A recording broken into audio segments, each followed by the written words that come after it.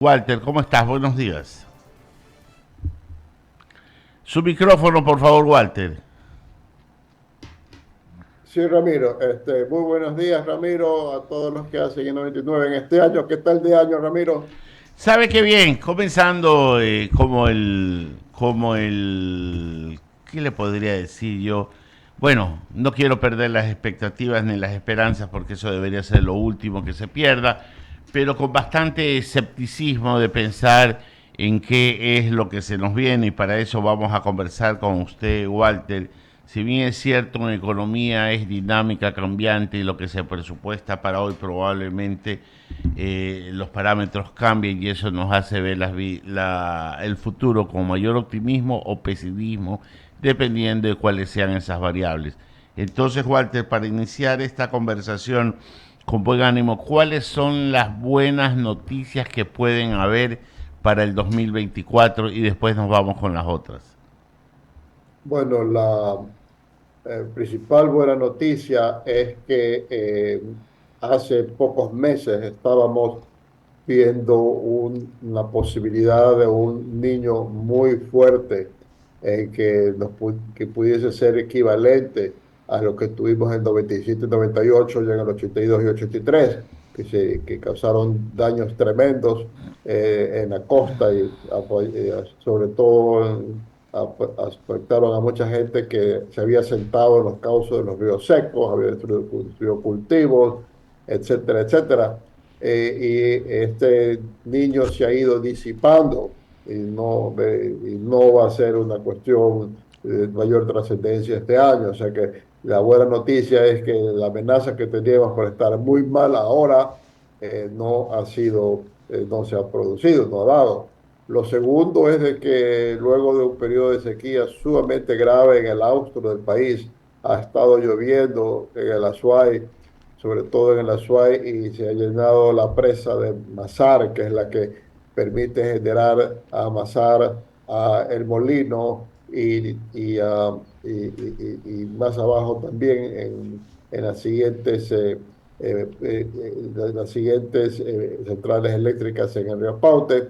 Y eso ha permitido que comencemos el año sin apagones, aunque todo depende de que el estiaje no se vuelva a poner severo, porque podría en cualquier momento deteriorarse más en este mes, febrero o en marzo. Entonces, la buena noticia es que tenemos luz ahora y no tenemos lluvia en la costa y destrucción en los campos, Ramiro, y esas son las dos noticias más importantes que tenemos. El clima está mejor hoy de lo que se preveía 2 meses atrás.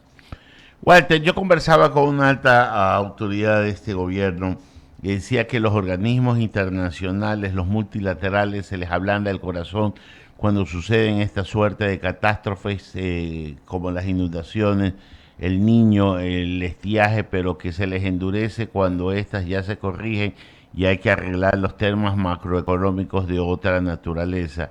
¿Cuál es su opinión ante este comentario? No, no puedo ser infidente quién me lo dijo, pero es una alta autoridad de gobierno. Bueno, Ramiro, es exactamente verdad, porque un fenómeno del niño o un estiaje muy severo afectan duramente a la población y son cosas que hasta cierto no son controlables porque son fenómenos naturales, entonces ahí ayudan, pero en general la banca multilateral, si bien está allí para ayudar a los países que tienen problemas, ellos dicen siempre, te ayudamos a ayudarte, te ayudamos a que hagas las cosas bien para que esto no sea recurrente, no vuelva a suceder un problema como el que has tenido ahora. Entonces, una cosa es que nos den dinero excepcional para atender al niño, y ahora pues se va a poder utilizar para otro tipo de obras, ¿sí? Para mejorar infraestructura, puentes que se pueden haber caído, carreteras, etcétera.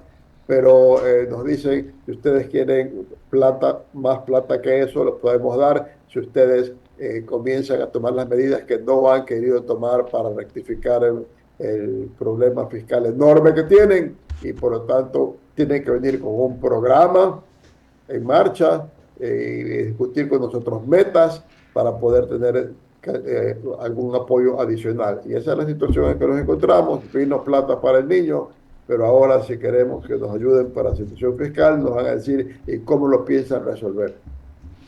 Correcto, y ese cómo lo piensan resolver podría estar con el paraguas de la ley económica que se aprobó con el carácter de urgente que mandó el presidente de la República y que teniendo cosas interesantes, mucha de la crítica económica ha sido que son insuficientes y de aplicación muy lenta y que las necesidades del país son inmediatas. ¿No comulga lo uno con lo otro? Bueno, hay las reformas que tomó el primer proyecto de ley del presidente, fueron las dos cosas más importantes, fueron el dar, ponerle vigencia a la ley de empresas de alianzas públicas privadas y la de zonas francas que ya le había propuesto Guillermo Lazo y al cual Daniel Noboa cuando estaba en la asamblea, él presidió la comisión a cargo de tramitar esas propuestas de Lazo que a las finales no pasaron. Pero si bien son cosas importantes, tenemos una situación fiscal insostenible, que el gasto corriente del sector público crece enormemente año tras año. La economía no crece lo suficiente para poder afrontar tanto gasto de mantenimiento del sector público, de sueldos y gastos para que funcione la burocracia. Y eso no puede seguir así. O si queremos seguir así, si queremos seguir cada día gastando más en burocracia, pues entonces hay que subir los impuestos o hacer alguna otra medida para financiarlo. Pero eso no se ha tomado. Las leyes, dos de leyes que ha mandado el presidente, una de las cuales ya se aprobó y la otra que está en camino, no le dan más dinero al presidente. Lo que hace la primera es únicamente dar un mejor flujo del dinero que tienen que pagar las grandes contribuyentes, o sea, comenzar a recibir antes los pagos de impuestos, pero si se los recibe antes, significa que no van a venir después. Entonces, no están solucionando el problema y todavía nos debe el presidente una explicación de cómo va a atender esta grave situación fiscal. Pan para hoy, hambre para mañana. Así es, pero además el pan para hoy no alcanza, porque el hueco es enorme y lo que se ha hecho hasta ahora no permite ni siquiera darle pan a todo el mundo hoy y peor pues mañana. Walter, cabría como una medida, ya que hay atrasos en los pagos a proveedores en el sector público, y mire que voy a utilizar el rubro adecuado, proveedores, hacer una emisión de documentos a corto plazo por parte del Estado para solo emplearlos en el pago a proveedores, entendiendo de que ese dinero que sí hay en el sector privado, en el sector financiero privado, que sí lo hay, poderlo trasladar al pago de proveedores y esto generar una suerte de dínamo que active esta cadena de no pagos que ya desde el mes de septiembre se viene sintiendo con mayor contundencia y que ha producido en la economía una suerte de recesión que cada día va estrangulando más a los pequeños proveedores del Estado que están impagos y que ellos a su vez siguen sin pagar sus cuentas a sus proveedores y empleados. ¿Sería esto una opción, claro, emergente, urgente? ¿La podríamos ver como necesaria y oportuna? Sí, Ramiro, es como que dice pan para hoy, si podría ser pan para hoy de esa manera y decirle a los proveedores, mire, plata no tenemos y por lo tanto o le pagamos con estos papeles o sigue sentado esperando a ver el día que tengamos dinero. Entonces, yo pienso que muchos proveedores dirán, tomo la plata ahora porque encima la puedo colocar y como yo le debo a los bancos igual van a preferir recibir esto que yo no pague y tener que liquidarme y a su vez yo tengo proveedores también y también se los puedo pasar a mis proveedores. O sea que es una medida más sana de lo que se planteó de, decían, coger plata de la reserva. Pues coger plata de la reserva realmente no es coger plata de la reserva, sino emitir dólares truchos. ¿ya? Y es mejor ser transparentes, no emitir dólares truchos que nos causan problemas externos, sino estos papeles, porque esos papeles no le dan a uno la capacidad de importar o pagar al exterior. No, sencillamente lo que hace es dar un poco más de liquidez. Es lo que hizo la Argentina cuando emitió los patacones. Es una manera más, digamos, menos perjudicial ante el problema que hay, se puede hacer, pero eso no obvia de que haya que resolver el problema para que no se siga repitiendo eso todos los años y inundarnos con papeles que se van a vender con un enorme descuento si se piensa que la emisión es demasiado elevada. No, entendido, Walter, pero el tema era dinamizar la economía porque ese dinero que se hace recircular genera el pago de IVA, genera el pago al IE, genera el pago al servicio de rentas internas y el Estado comienza a tener dinero fresco o digamos recirculado, porque no es que viene del exterior, me estoy expresando mal, a recircular un dinero y el dinero en movimiento es más dinero. Bueno, sí, Ramiro, por eso digo, sí, yo estoy de acuerdo contigo. Ante la emergencia hoy, esa es más sana que otras alternativas que se han planteado, pero a su vez, el gobierno tiene que tomar algún tipo de medidas para darle una solución más permanente al problema que se sigue gestando, porque no fue un problema, no fue como que dice un terremoto que causó ese problema. Es una situación fiscal que se mantiene todavía y todos los días se sigue agrandando ese hueco. Por lo pronto, hacer lo que tú dices es una buena propuesta, esa emisión, y luego acompañarlo con medidas para atender el problema de manera permanente.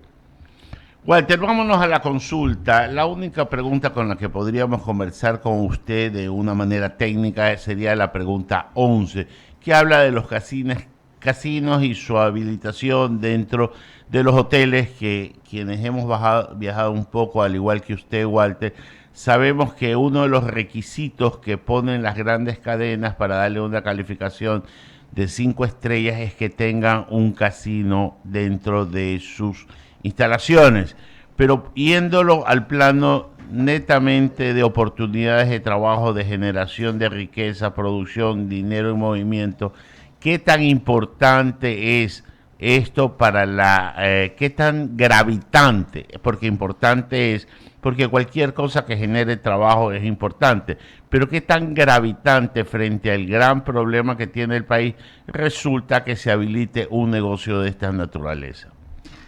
Bueno, desde el punto de vista del problema de empleo que tenemos, es una cosa Tú pequeña, vas a pero preguntar, Pedro. eh, Tú vas a preguntar. tiene, como lo has señalado, y creo que lo has sintetizado muy bien, Ramiro, es una medida que tiene sus pros y contras.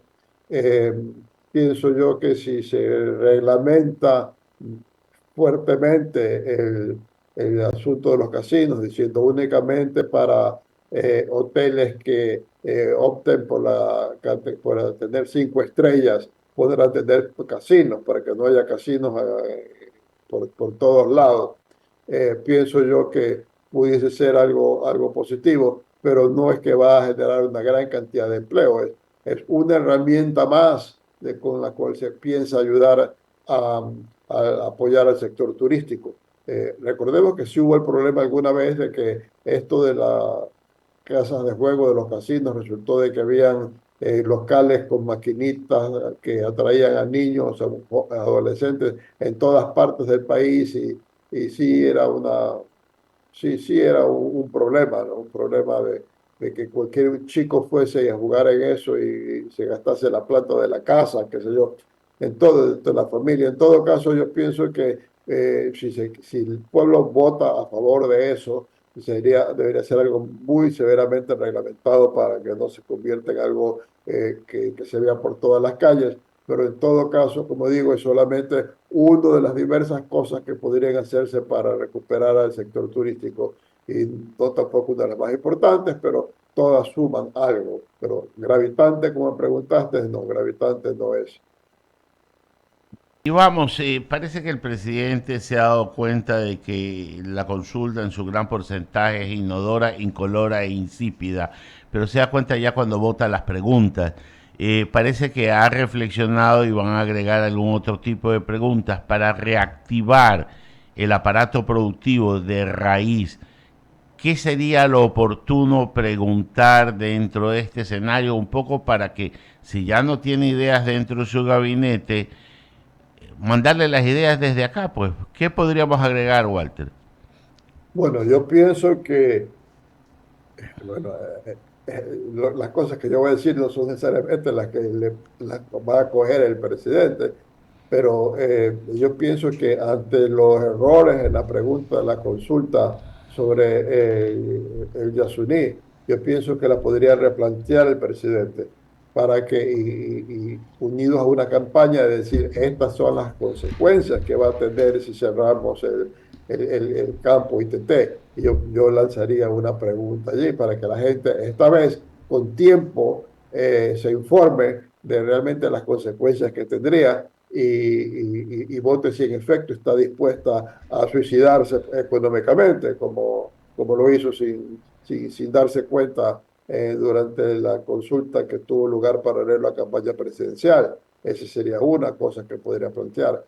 Otra cosa que podría plantearse es el tema de poder convertir a las empresas públicas en sociedades anónimas.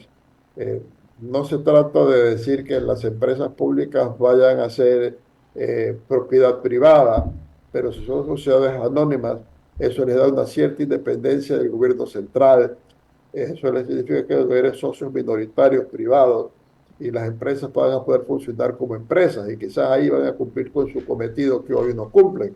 Tenemos una empresa, Petroecuador, que no nos puede dar, no nos puede dar combustibles adecuados y que ni siquiera puede nombrar a presidente ejecutivo. Tenemos compañía eléctrica que no nos puede dar electricidad, compañía telefónica que estamos viendo todos los negociados que se han hecho ahí y que afortunadamente es irrelevante porque hay empresas privadas que nos dan la telefonía. Entonces podemos tener una reforma por esa naturaleza. Esas son unas tres primeras cosas que se me ocurren que se podrían preguntar y probablemente tú tengas otras en mente, Ramiro, que las podríamos conversar.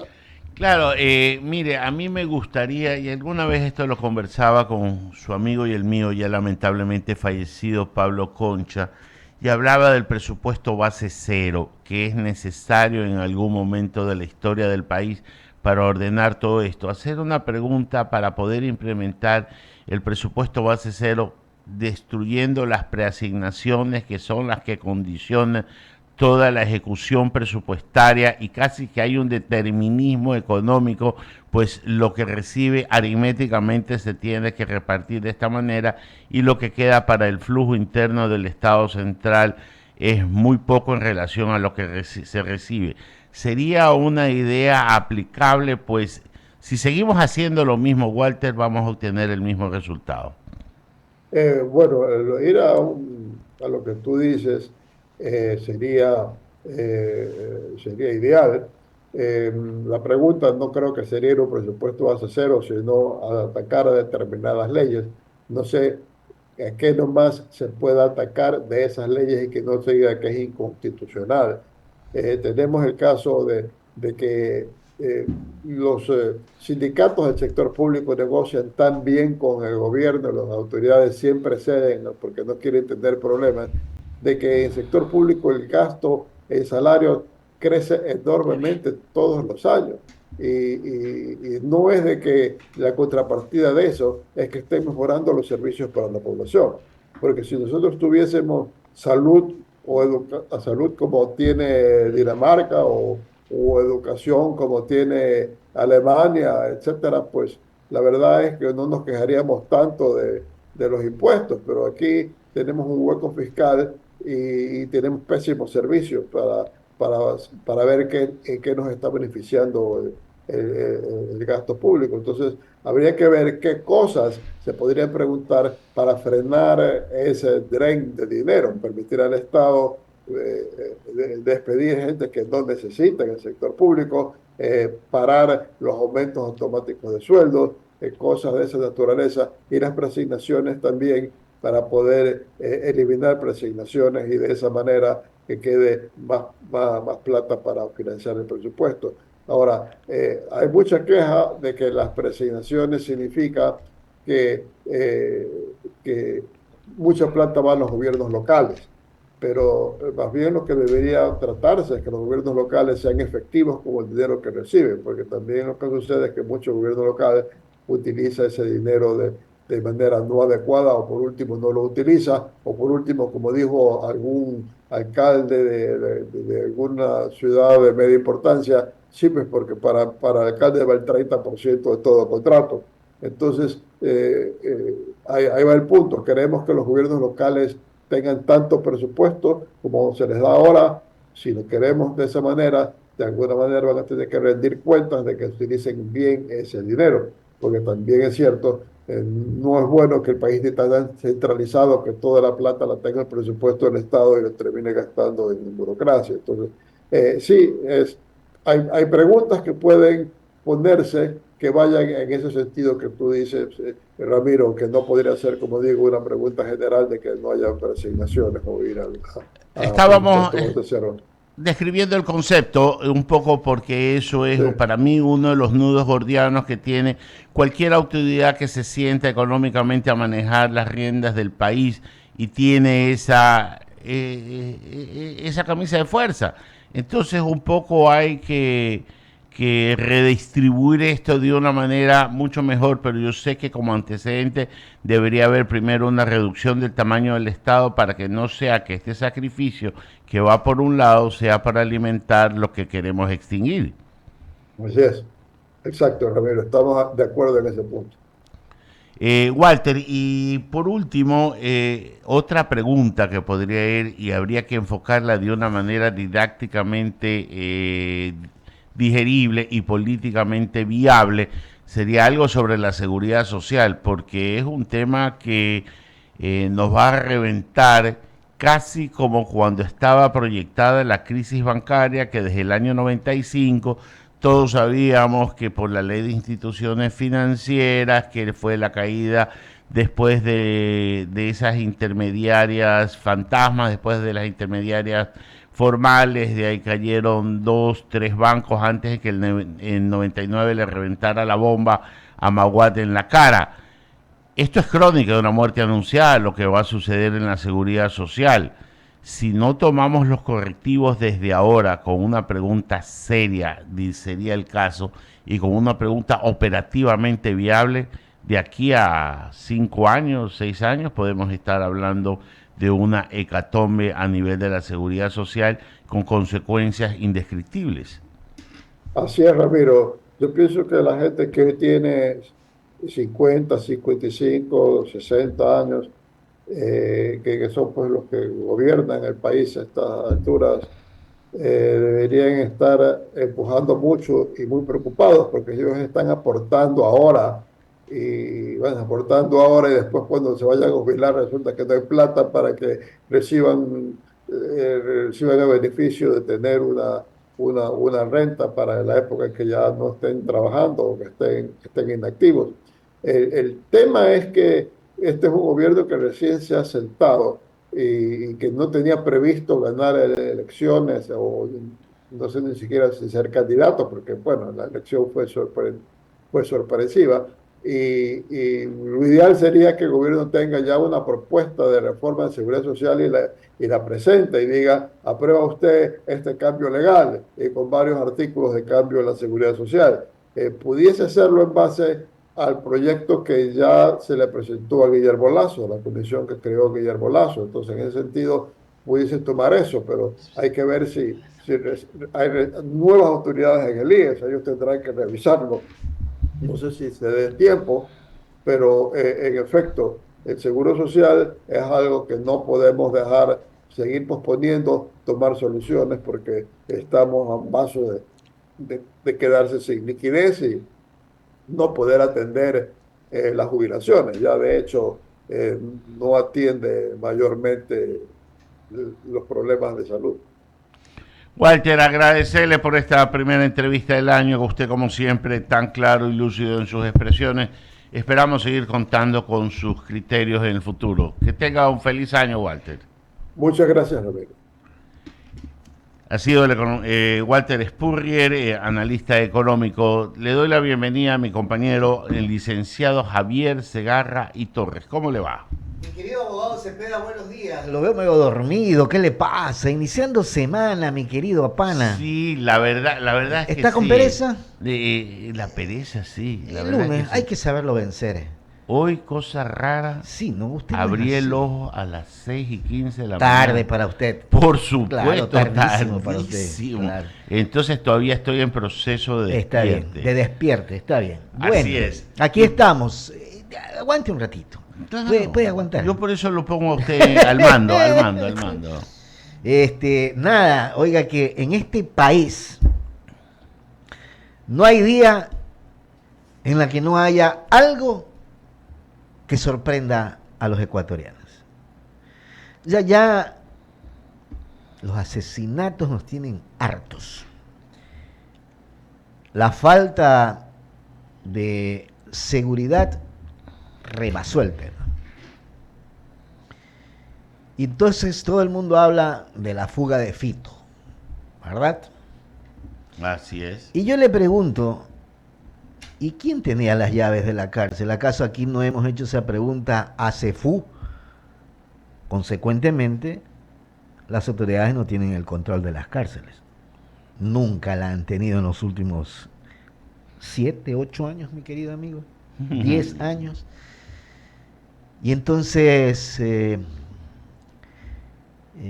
para mí no es, entre comillas, sorpresa la fuga de Fito. Porque si no tienes el control de las cárceles, ¿qué puedes esperar? Claro. O épocas anteriores no escuchábamos de aquellos que también eran muy conocidos como delincuentes que entraban y salían de la cárcel de madrugada. ¿Ah? Claro, que eran ustedes.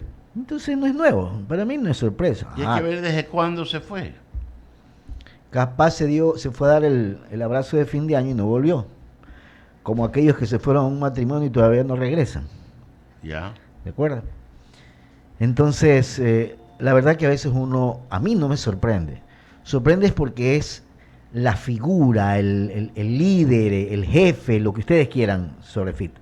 Pero el que se haya salido, o se haya fugado, como quieran llamarlo, ¿cuál es la sorpresa? Era de esperarse, sí. Y entonces uno dice, ¿y este país en manos de quién está?